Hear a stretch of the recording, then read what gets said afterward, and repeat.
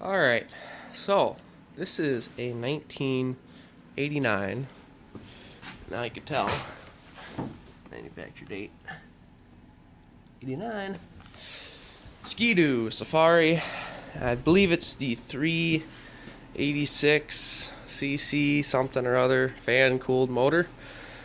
It's basically the Arctic Cat Puma, or single carb, so it's not going to be like the Polaris 340 twin carb. It goes pretty fast. These things, single carb 340, 380, whatever, or 360, whatever they have.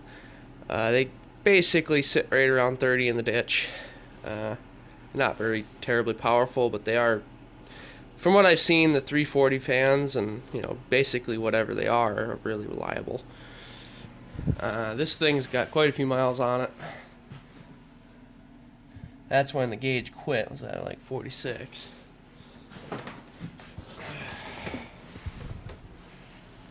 But I mean, this thing still looks really clean. Even the exhaust still has paint on it somehow. And basically, when I got it, it had been sitting, I don't know how many years. I'm guessing at least 5 minimum. I'm sure it wasn't, since then, but it was sitting a while. The tank was full of crud. Luckily, the tank had a leak when I got it, so all the fluid had drained out before it, was sitting that long. So it didn't really do a whole lot of damage as far as fuel-wise. The carburetor had junk in it, of course. I cleaned it out and all that stuff, but it wasn't, irreversible stuff. I did put new fuel lines, new primer lines, new all lines, except I think the only thing I didn't replace was the vacuum line to the engine, which actually is, still all the lines were still malleable somehow, which leads me to believe they were fixed about, within the last 10 years or so, but, could be wrong about that too. So I took the seat off, took the tank off, flushed it all out. The airbox, didn't have any mice in it. Surprisingly, there was actually mice underneath the gas tank, and I think there are still some mice crap in that bag up there, but they didn't get into the airbox or the carb or anything like that, or the exhaust, luckily. So the foam that was originally on here disintegrated, so I cleaned all that out. I checked the airbox for anything. That's all good. The clutches are amazing. Somehow they work like they're supposed to without even cleaning them up or anything, so pretty impressed with that. It does have a spare belt. I did a compression test, which I think it was sitting right at 130 on both cylinders, even after decades and decades of use. Obviously, I'm pretty darn sure that seat's been recovered, or at least different. I'm not sure if they originally had the Safari logo, like a lot of sled manufacturers do, but I'm pretty sure it's remanufactured seat. But, it does look pretty good around that light, so maybe it's original, not sure. Like I said, the tank did have a leak. The original thing they put over this is absolutely junk. This one's actually better than the one they had originally.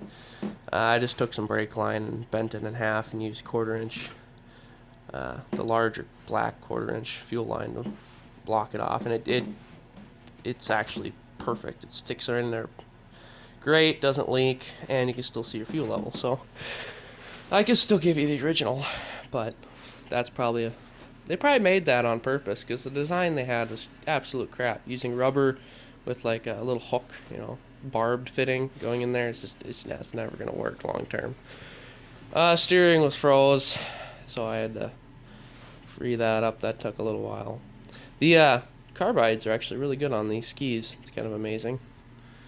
The track and everything, shocks and everything are good. It blows me away that they are, but they are. For 89, like I was talking to my dad and stuff about this sled, they were so far ahead of everyone else. At least with suspension and stuff. This thing sits way higher than a lot of the, like an 89 Polaris Trail or like an 89 Arctic Cat even. It's bigger. I don't know how to explain it. It goes through stuff better. I grew up on a 96 Arctic Cat Puma, and it didn't have nearly that travel. And it's not necessarily travel even, it's just it sits higher stock than a lot of the other sleds, which I don't know. It's kind of interesting. I guess Ski-Doo is Ski-Doo. They always seem to be a little ahead of the beat ball on that. But, well, I think that's pretty much it. Brakes, brake lights, all that works. I think the only thing that I know is wrong, there's two things. The speedo quit working at some point. I don't know how long ago. It might have been pretty recently because the cable was, it was sitting, maybe the cable froze or whatever. But then when I was first started it, the high beam did work, and then got her on the R and it quit. So you only got low beams for the headlight. I mean, for as far as problems accumulating over the factor of dang near 30-something years, I mean, that's not bad. All right, well, I suppose we should start it and drive it around the yard a little bit, kind of show you what you're dealing with. And like I was saying, these things, man, they sit right around 30 in the ditch. I had an old John Deere 600, I think, from early 70s, and it reminds me a lot of that. I mean, obviously it handles better suspension, all that stuff, just better because it's newer, better styling and all that. But it sits right around the same. I mean, I think wind at your back on an on an icy lake or something, very little snow, you might maybe hit 50. It's just wide open, wind at your back, maybe even a little downhill. But she'll do probably 30, 40 in the ditch, no problem. That'll be about it. It's just a getting around rig. It's not, or a kid's sled, It's not really something you'll be riding through the mountains or something, It's just not happening. See, I turn that key on. It almost always starts that easy within 2 or 3 pulls.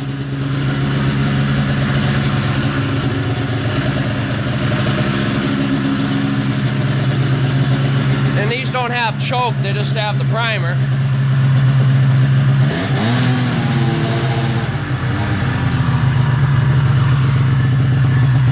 It's kind of weird, like most clutching, you kind of get that spot where it just grabs all of a sudden. This thing, it's just really smooth. It doesn't really grab a whole lot, it just kind of goes. It's a different feel, I guess, what I'm trying to tell you. Hand warmers, this one definitely works. Gotta wait a little longer on this one, I think.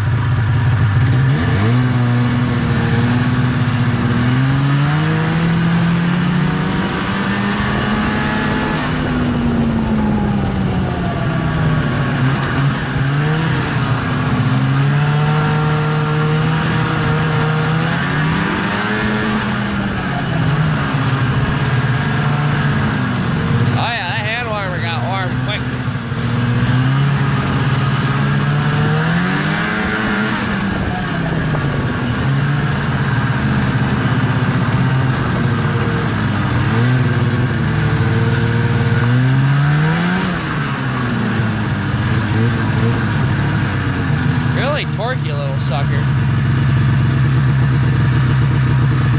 But yeah, I mean, it runs and does its thing. All the brake lights and all that work. Easy to work on, of course.